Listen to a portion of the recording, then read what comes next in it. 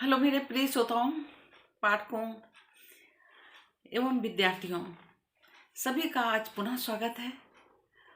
हम लोग सेवा सदन मुंशी प्रेमचंद जी के द्वारा लिखित की कहानी पढ़ रहे थे, सुन रहे थे और उसके हम लोगों ने 19 भाग सुन लिए हैं। आज 20वें भाग की कहानी सुनेंगे। आप जानते हैं कि छोटे छोटे टुकड़ों में करके कहानी सुनाई गई है। अभी तक हमने जाना कि सुमन जो सेवा सदन उपन्यास की प्रमुख पात्र है, वो दहेज प्रथा के कारण एक ऐसे घर में पहुंच जाती है जहां उसके खाने रहने पहनने की सुविधाएं नहीं होती हैं और वो बचपन से बहुत ऐशो आराम से पली थी और एक तरह से कहा जाएगा कि वो बेमेल विवाह उसका हो जाता है जहां वो एडजस्ट नहीं कर पाती है। शुरू से ही बहुत शौकीन थी और अब बाहरी चकाचौंध देख करके उधर प्रभावित होती है। कुछ कारण ये भी है, कुछ वातावरण वहाँ का, जैसे भूली नाम की जो वेश्या वहाँ रहती थी दरवाजे में, उसकी जो चकाचौंध देखती थी, उसके यहाँ सब आते जाते लोग थे, बड़े सम्मान से बैठते थे, बड़े बड़े लोग आते थे तो उसे लगता था कि ये तो कुछ नहीं है और इसके पास लोग आते हैं, कितने ऐशो आराम से रह रही है। जो भी हो, एक दिन झगड़ा होता है, गजाधर से उसके पति थे, तो वो घर से निकलने को कहती है और वो क्रोध में निकल जाती है। बाद में वह भोली के घर ही पहुंच जाती है। पहले तो बुलाती रहती थी, जाती नहीं थी, लेकिन अब उसने सोचा कि 2-4 दिन रह के वहां से चली जाएगी, तो वहां चली जाती है और बाद में वो वैश्यावृत्ति ही अपना लेती है। वैश्याव्रत अपनाने के बाद में उसे पता चलता है कि वो तो बहुत गलत जगह आ गई है, उसे घर नहीं छोड़ना चाहिए था। घर के अंदर जो सम्मान था वो यहाँ नहीं है, लेकिन वो कुछ कर नहीं सकती थी। तभी समाज सुधारक विठल नाथ को पता चलता है कि जो सुमन है वो बहुत अच्छे घर से थी, वो वहाँ पहुँच गई है जहाँ उसे नहीं पहुँचना चाहिए। और पद्म सिंह, पंडित पद्म सिंह जो वकील होते हैं, ये लोग मिलकर के सुमन को एक विधवा आश्रम में रखवा देते हैं। इधर सुमन की बहन जो शोभा होती है, उसका सदन से विवाह तय हो जाता है। जब बारात दरवाजे पे जाती है, उमानाथ इनके मामा होते हैं सुमन के, तो पता चलता है सदन के पिता को कि सुमन जो है शोभा की बड़ी बहन है और वो पतित है, वेश्या बन चुकी है। तो वो विवाह को मना कर देते हैं और उमानाथ को बहुत नाराज होते हैं कि तुमने झूठ बोला और हमें बताया नहीं और विवाह तय कर दिया। उमानाथ बताते हैं कि उसे पता नहीं था, बाद में पता चला और हमारा उससे कोई संपर्क नहीं है, इसलिए शोभा जो है इसका जीवन ना बर्बाद किया जाए और विवाह हो जाए। परंतु सदानंद जो सदन के पिता होते हैं वो बिल्कुल तैयार नहीं होते हैं। मदन लाल, सदन लाल नहीं होते, मदन लाल होते हैं पिता, तो वो बिल्कुल तैयार नहीं होते हैं उस विवाह के लिए और बारात लौटा ले जाते हैं। इधर जब से बारात लौटती है, जो सुमन के पिता होते हैं शोभा के, कृष्णचंद, वो बिल्कुल दरवाजे पे नहीं निकलते हैं। लज्जा के मारे, शोक के मारे वो अंदर ही रहते हैं और उन्हें लगता है कि अब मैं सुमन का मर्डर कर दूंगा, हत्या कर दूंगा। उसने इतना गिरा हुआ कार्य किया और कई जिंदगियां खराब हो गई इसकी वजह से। तो ये काम भी वो नहीं कर पाते हैं। बाद में उन्हें लगता है कि नहीं, ये तो मेरी ही गलती है, समाज की गलती है, उसकी कोई गलती नहीं। बाद में वो आत्महत्या कर लेते हैं और आत्महत्या करने के पश्चात आगे की कहानी हम लोग सुनेंगे। प्रातः काल ये शोक समाचार अमोला में फैल गया। इन्हें गिने सज्जनों को छोड़कर कोई भी उमानाथ के द्वार पर संवेदना प्रकट करने न आया। स्वाभाविक मृत्यु हुई होती तो संभवतः उनके शत्रु भी आकर चार आंसू बहा जाते, पर आत्मघात एक भयंकर समस्या है। यहाँ पुलिस का अधिकार है। इस अवसर पर मित्र दल ने भी शत्रुवत व्यवहार किया। उमानाथ से गजाधर ने जिस समय यह समाचार कहा, उस समय वह कुएं पर नहा रहे थे। उन्हें लेश मात्र भी दुख व कतूहल न हुआ। इसके प्रतिकूल उन्हें कृष्णचंद पर क्रोध आया। पुलिस के हथकंडों की शंका ने शोक को भी दबा दिया। उन्हें स्नान ध्यान में उस दिन बड़ा विलंब हुआ। संदिग्ध चित्त को अपने परिस्थिति के विचार से अवकाश नहीं मिलता, वह समय ज्ञान रहित हो जाता है। जाह्नवी ने बड़ा हाहाकार मचाया। उसे रोते देखकर उसकी दोनों बेटियां भी रोने लगीं। पास पड़ोस की महिलाएं समझाने के लिए आ गईं। उन्हें पुलिस का भय नहीं था, पर आर्तनाद शीघ्र ही समाप्त हो गया। कृष्णचंद के गुण दोष की विवेचना होने लगी। सर्वसम्मत ने स्थिर किया कि उनके गुण की मात्रा दोष से अधिक है। दोपहर को जब उमानाथ घर में शरबत पीने आए और कृष्णचंद के संबंध में कुछ अनुदारता का परिचय दिया, तो जाह्नवी ने उनकी ओर वक्र नेत्रों से देखकर कहा, कैसी तुच्छ बातें करते हो। उमानाथ लज्जित हो गए। जाह्नवी अपने हृदय आनंद का सुख अकेले उठा रही थी। इस भाव को वह इतना तुच्छ और नीच समझती थी कि उमानाथ से भी उसे गुप्त रखना चाहती थी। सच्चा शोक शांता के सिवा और किसी को ना हुआ। यद्यपि अपने पिता को वह सामर्थ्यहीन समझती थी, तथापि संसार में उसके जीवन का एक आधार मौजूद था। अपने पिता की हीन अवस्था ही उसके पितृभक्ति का कारण थी। अब वह सर्वथा निराधार हो गई, लेकिन नैराश्य ने उसके जीवन को उद्देश्यहीन नहीं होने दिया। उसका हृदय और भी कोमल हो गया। कृष्णचंद ने चलते चलते उसे शिक्षा दी थी। उससे अब विलक्षण प्रेरणा शक्ति का प्रादुर्भाव हो गया। आज से शांता सहिष्णुता की मूर्ति बन गई। पावस की अंतिम बूंदों के सदृश मनुष्य की वाणी के अंतिम शब्द कभी निष्फल नहीं जाते। शांता अब मुंह से ऐसा शब्द न निकालती जिससे पिता की आत्मा को दुख हो। उनके जीवन काल में कभी कभी उनकी अवहेलना किया करती थी, पर अब वह अनुदार विचारों का हृदय में भी न आने देती थी। उसे निश्चय था कि भौतिक शरीर से मुक्त आत्मा के लिए अंतर और बाह्य कोई भेद नहीं। यद्यपि अब वह जाह्नवी को संतुष्ट रखने में निमित्त कोई बात उठाना रखती थी, तथापि जाह्नवी उसे 2-4 बार अवश्य ही उल्टी सीधी सुना देती। शांता को क्रोध आता, पर वह विष का घूंट पीकर रह जाती। एकांत में भी नहीं रोती। उसे बहता, पिताजी की आत्मा मेरे रोने से दुखी होगी। होली के दिन उमानाथ अपनी दोनों लड़कियों के लिए उत्तम साड़ियां लाए। जाह्नवी ने भी रेशमी साड़ी निकाली, पर शांता को अपनी पुरानी धोती ही पहननी पड़ती। उसका हृदय दुख से विदीर्ण हो गया, पर उसका मुख जरा भी मलिन न हुआ।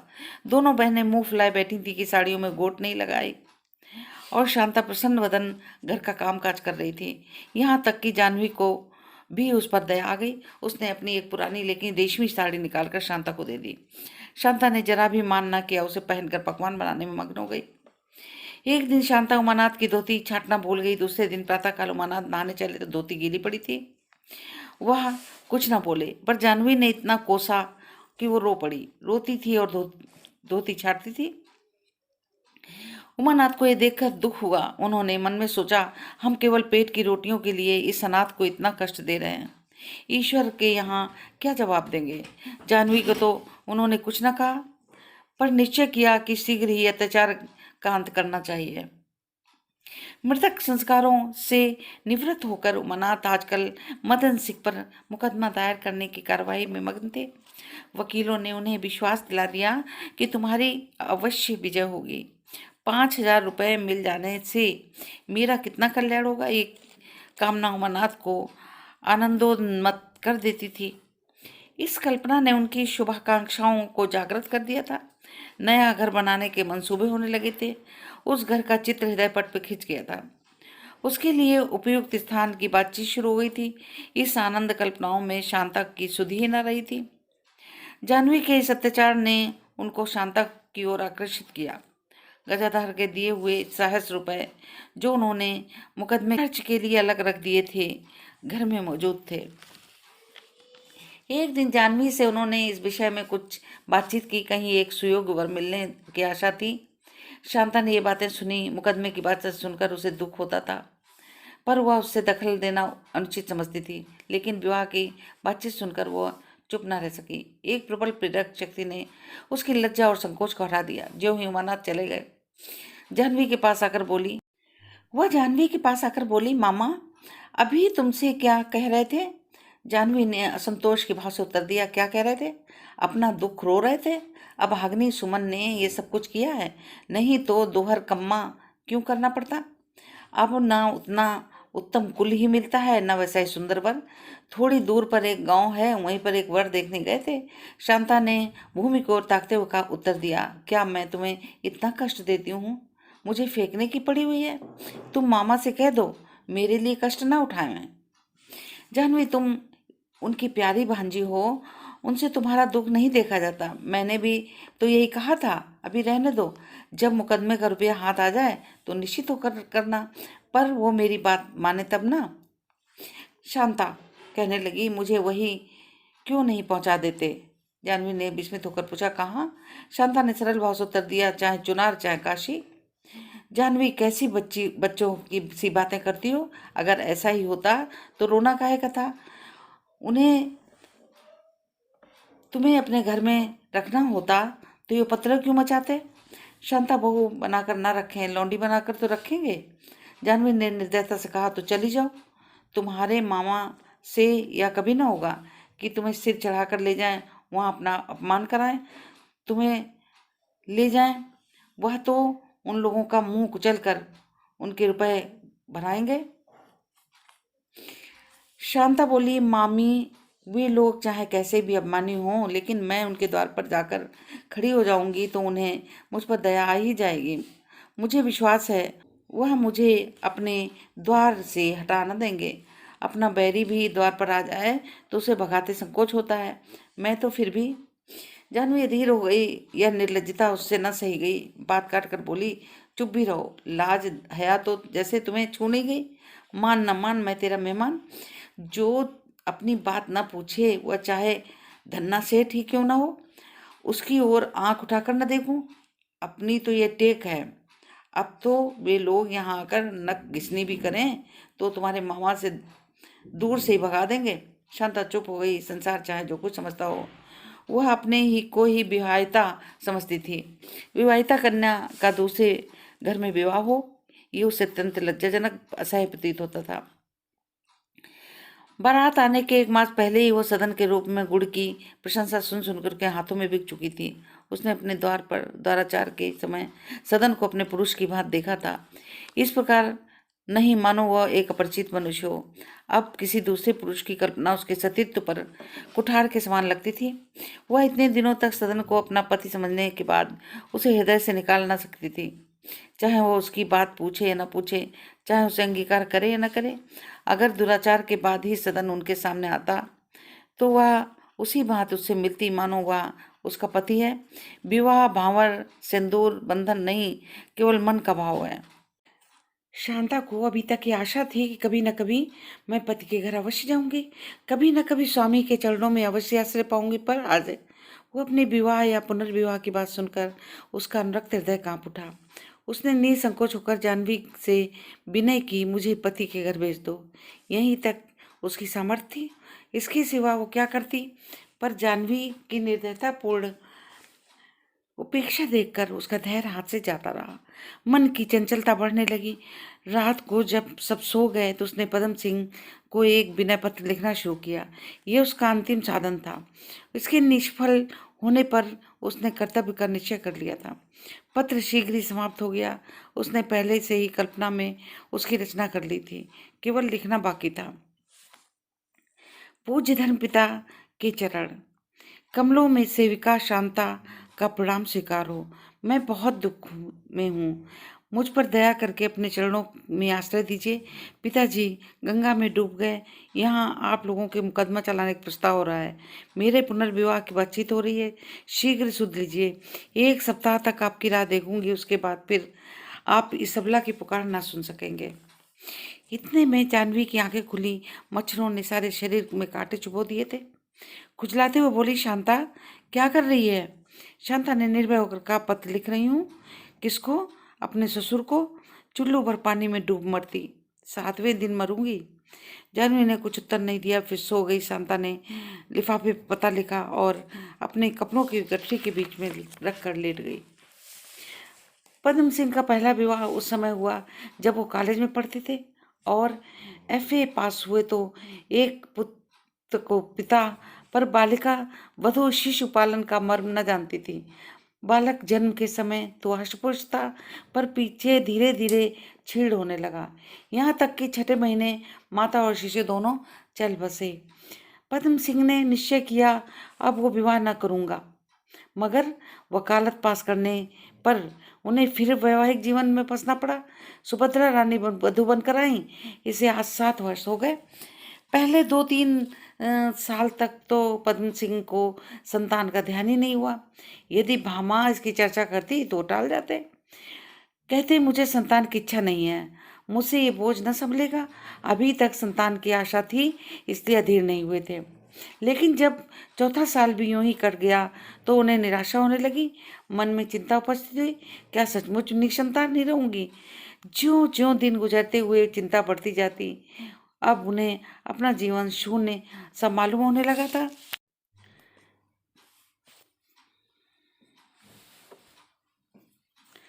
सुभद्रा से वह प्रेम न रहा। सुभद्रा ने इसे ताड़ लिया। उसे दुख तो हुआ, पर उसे अपने कर्मों का फल समझकर उससे संतोष किया। पद्म सिंह अपने को बहुत समझाते कि तुम्हें संतान लेकर क्या करना, जन्म से लेकर 25 वर्ष की आयु तक उसे जिलाओ खिलाओ पढ़ाओ। इस पर भी यह आशंका लगी रहती है कि वो किसी ढंग की भी होगी या नहीं। लड़का मर गया तो उसके नाम को लेकर रो, जो कहीं हम मर गए तो जिंदगी उसकी नष्ट हो जाएगी। हमें सुख नहीं चाहिए। लेकिन इन विचारों के मन को शांति न होती।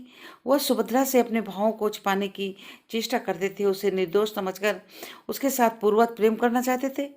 पर जब हृदय पर नैराश्य का अंधकार छाया तो मुख पर प्रकाश कहाँ से आए? साधारण बुद्धि का मनुष्य कह सकता था कि स्त्री पुरुष के बीच में कुछ न कुछ तो अंतर है। कुशल यही कि सुभद्रा की ओर से पति प्रेम और सेवा में कुछ कमी न थी, वरन दिनों दिन उसमें कोमलता आती जाती थी।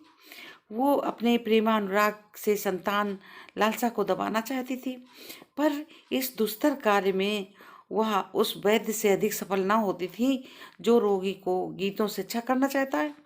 गृहस्थी की छोटी छोटी बातों पर जो अनुचित होने पर भी पति को गाय हो जाया करती थी, उसे सदैव दबना पड़ता है था। और जब से सदन यहाँ रहने लगा था, कितनी ही बार उसे तिरस्कृत होना पड़ा। स्त्री अपने पति के वर्षों का घाव सह सकती है, पर किसी दूसरे के पीछे उसकी तीव्र दृष्टि भी उसे असह्य हो जाती है। सदन सुभद्रा की आंखों में कांटे की तरह गड़ता था। अंत को कल वह उबल पड़ी। गर्मी सख्त थी, मिश्राइन किसी कारण से ना आई थी। सुभद्रा को भोजन बनाना था। उसने पद्म सिंह के लिए फुल्कियाँ पकाई, लेकिन गर्मी से व्याकुल थी, इसलिए सदन के लिए मोटी मोटी रोटियां बना दी। पद्म सिंह भोजन करने बैठे। सदन की थाली में रोटियां देखी तो मारे क्रोध के मारे अपनी फुल्कियां थाल में रख दी और उसकी रोटियां अपने थाल में। सुभद्रा ने जल कर कटुआ के कहे। पद्म सिंह ने उसका वैसा ही उत्तर दिया। फिर प्रत्युत्तर नौबत आई, यहाँ तक कि वह झल्ला कर चौके से उठ गए। सुभद्रा ने मनावन नहीं किया। उसने रसोई उठा दी और जाकर लेट गई, पर अभी तक 2 में 1 का भी क्रोध शांत न हुआ। मिश्राइन ने आज खाना बनाया, पर ना पद्म सिंह ने खाया न सुभद्रा ने। सदन बारी बारी से दोनों की खुशामद कर रहा था। एक तरफ से वह उत्तर पाता अभी भूख नहीं है, और दूसरी तरफ से जवाब मिलता खा लूंगी, ये थोड़े ही छूटेगा। यही छूट जाता तो काहे को किसी की धौंस सहनी पड़ती। आश्चर्य ये था कि सदन से सुभद्रा हंस हंस कर बातें करती थी, और वहीं इस कलह का मूल कारण था। मृग खूब जानता था कि टट्टी की आड़ में आने वाला तीर वास्तव में शिकारी की मांस तृष्णा या मृगयापेय है। तीसरा पहर हो गया। पद्म सिंह सोकर उठे थे और जमैया ले रहे थे। उनके हृदय सुभद्रा के प्रति अनुदार, अप्रिय, दग्धकारी भाव से मिलन हो रहा था। सुभद्रा के अतिरिक्त वह प्राणी मात्र से सहानुभूत करने को तैयार बैठे थे। इसी समय डाकिये ने एक बहिरंग चिट्ठी लाकर उन्हें दी। उन्होंने डाकिये की ओर अप्रसन्नता की दृष्टि से देखा, मानो बहिरंग चिट्ठी लाकर उसने कोई अपराध किया है। पहले तो उन्हें इच्छा हुई इसे लौटा दें कि दरिद्र मुवक्किल ने इसमें अपनी विपत्ति गाई होगी, लेकिन फिर सोचकर चिट्ठी ले ली कि खोलकर पढ़ने लगे कि शांता का पत्र था। उसे एक बार पढ़कर मेज पर रख दिया। एक क्षण के बाद फिर उठाकर पढ़ा और कमरे में टहलने लगे। इस समय यदि मदन सिंह वहाँ होते तो वो पत्र उन्हें दिखाते और कहते, आपके कुल मर्यादा अभिमान का, आपकी लोक निंदा भय का फल है। आपने एक मनुष्य का प्राणाघात किया है, उसकी हत्या आपके सिर पड़ेगी। पद्म सिंह को मुकदमे की बात पढ़कर एक प्रकार का आनंद सा हुआ। बहुत अच्छा हो कि यह मुकदमा दायर हो और उनकी कुलीनता का गर्व धूल में मिल जाए। उमानाथ की डिग्री अवश्य होगी और तब भाई साहब को ज्ञात होगा कि कुलीनता कितनी महंगी वस्तु है। हाय, यह अबला कन्या के हृदय पर क्या बीत रही होगी। पद्म सिंह ने फिर उस पत्र को पढ़ा। उन्हें उसमें अपने प्रति श्रद्धा का एक स्रोत सा बहता हुआ मालूम पड़ा। उसने उनकी न्यायप्रियता को उत्तेजित सा कर दिया। धर्मपिता इस शब्द ने उन्हें वशीभूत कर दिया। उसने उनके हृदय में वात्सल्य के तार उसका स्वर कंपित कर दिया। वह कपड़े पहनकर विठल दास के मकान पर जा पहुंचे। वहां मालूम हुआ कि वे कुंवर अनिरुद्ध सिंह के यहाँ गए थे। तुरंत बाइस्किल उधर फेर दी। वह शांता के विषय में इसी समय कुछ न कुछ निश्चय कर लेना चाहते थे। उन्हें भय था विलम्ब होने से यह जोश ठंडा न पड़ जाए।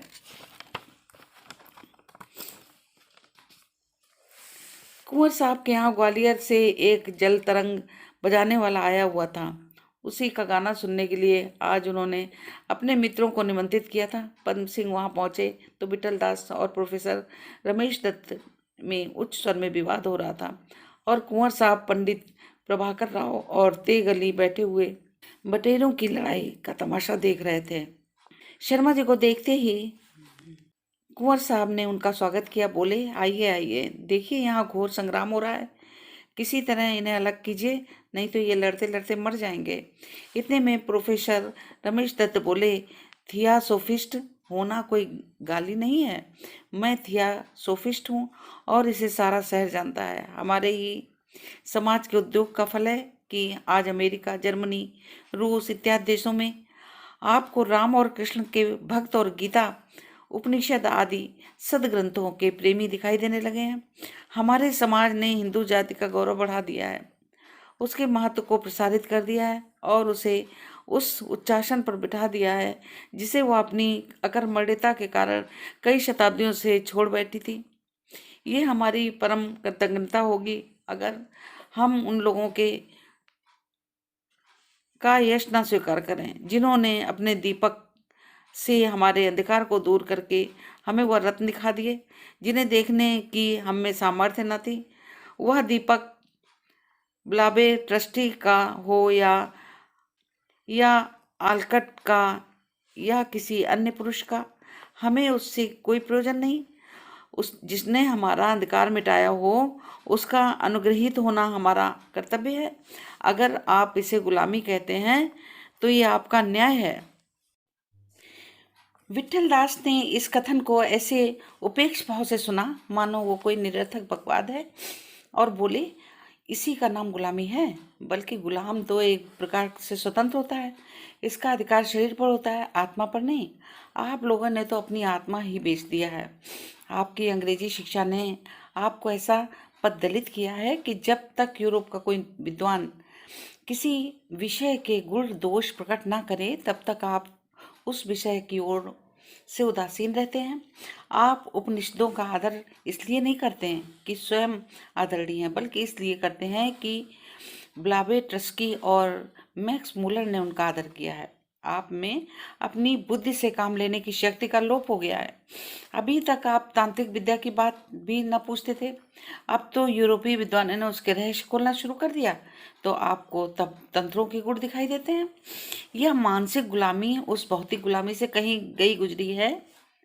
आप उपनिषदों को अंग्रेजी में पढ़ते हैं, गीता को जर्मन में, अर्जुन को अर्जुना, कृष्ण को कृष्णा कहकर अपने स्वभाषा ज्ञान का परिचय देते हैं। आपने इसी मानसिक दासत्व के कारण उस क्षेत्र में अपनी पराजय स्वीकार कर ली जहां हम अपने पूर्वजों की प्रतिभा और प्रचंडता से चिरकाल तक अपने विजयी पताका फहरा सकते थे। रमेश दत्त इसका कुछ उत्तर देना चाहते थे कि कुंवर साहब बोल उठे, मित्रों, अब मुझसे बिना बोले नहीं रहा जाता। लाला साहब, आप अपने इस गुलामी शब्द को वापस लीजिए। विठल दास, क्यों वापस लूं? कुंवर सिंह, आपको इसके प्रयोग करने का अधिकार नहीं है। विठलनाथ, मैं आपका आशय नहीं समझा। कुंवर, मेरा आशय यह है कि हमें कोई भी दूसरों का गुलाम कहने का अधिकार नहीं रखता। अंधों के नगर में कोई किसी को अंधा कहेगा। हम सबके सब राजा हों या रंक गुलाम हैं।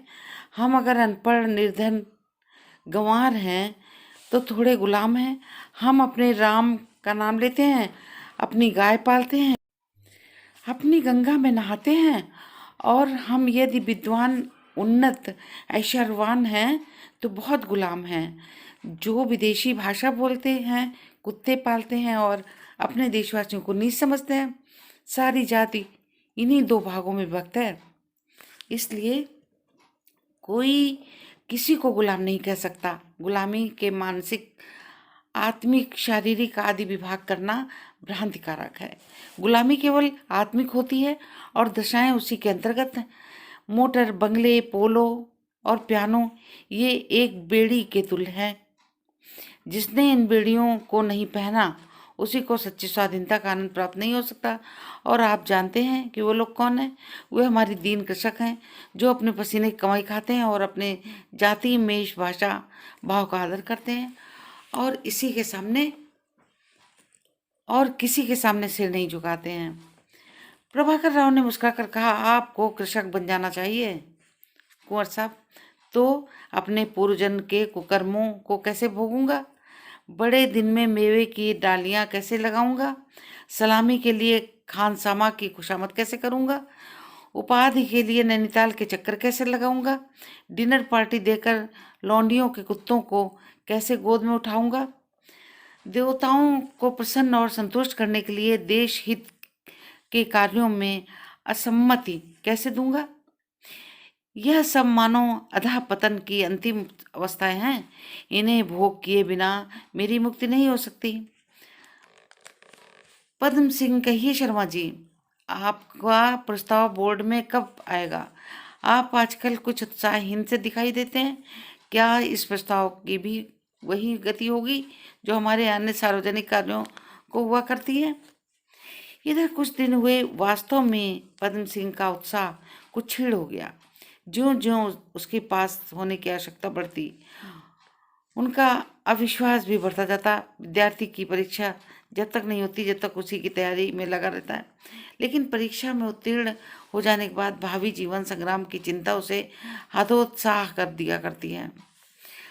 उसे अनुभव होता है कि जिन साधनों से अब तक मैंने सफलता प्राप्त की है वो इस नए अगम्य और क्षेत्र में अनुपयुक्त है। वही दशा इस समय शर्मा जी की थी। अपना प्रस्ताव उन्हें कुछ व्यर्थ सा प्रतीत होता था।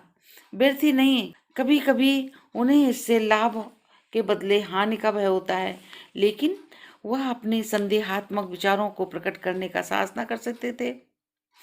कुंवर साहब की ओर से विश्वासपूर्ण दृष्टि से देखकर बोले, जी नहीं, ऐसा तो नहीं है। मैं आजकल फुर्सत न रहने से वह जरा धीमा पड़ गया है। कुंवर साहब बोले, उसके पास होने में तो अब कोई बाधा नहीं है। पदम सिंह ने तेगल अली की तरफ देखकर कहा, मुसलमान मेंबरों का ही भरोसा है। तेग अली ने मार्मिक भावों से कहा, उन पर तेद माद करना, रेत पर दीवार बनाना है। आपको मालूम नहीं वहाँ क्या चालें चली जा रही हैं? गजब नहीं कि वह ऐन वक्त पर धोखा दे। पद्म सिंह बोले, मुझे तो ऐसी आशा नहीं थी।